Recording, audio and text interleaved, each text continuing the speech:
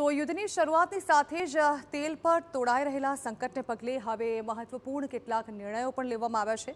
જો કે દેશ આ સંકટને પહોંચી વળવા માટે પણ તૈયાર હોવાનું પ્રધાનમંત્રી દ્વારા લગાતાર કહેવામાં આવ્યું છે। ત્યારે હવે જે યુદ્ધની કયા સેક્ટર પર અસર થઈ છે તેના વિશે વાત કરવામાં આવે તો દેશના અનેક રાજ્યોમાં હાલ કોમર્શિયલ એલપીજીનો જે સપ્લાય છે તે બંધ કરી દેવામાં આવ્યો છે અને તેને કારણે હોટેલ ઇન્ડસ્ટ્રીઝ પર તેનો સૌથી મોટો ફટકો પડ્યો હોય તે પ્રકારની પરિસ્થિતિ પેદા થઈ છે।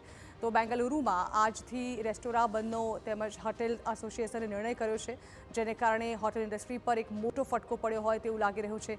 મહારાષ્ટ્રમાં પણ 9,000થી વધુ રેસ્ટોરાન્ટ બંધ થવાનો ખતરો તોડાઈ રહ્યો છે।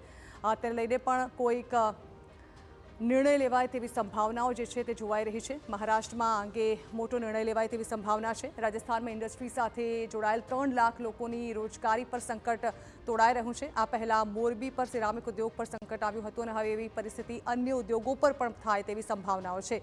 રાજકોટમાં નવા આદેશ સુધી કોમર્શિયલ એલપીજીનો સપ્લાય જે છે તે બંધ કરી દેવામાં આવ્યો છે, જેને લઈને ઉદ્યોગો પર માઠી અસર પહોંચે તેવી સંભાવનાઓ જોવાઈ રહી છે। સુરત અને વડોદરામાં પણ કોમર્શિયલ સિલિન્ડરની અછત સર્જાઈ છે અને તેને કારણે હવે આવનારા સમયમાં કોઈ મહત્વપૂર્ણ નિર્ણય લેવાય તેવી સંભાવના જોવાઈ રહી છે। કોરોના કાળની જેમ હોટેલ ઇન્ડસ્ટ્રી બંધ થવાની ધંધાર્થીઓને એક તરફ ભીતિ સેવાઈ રહી છે।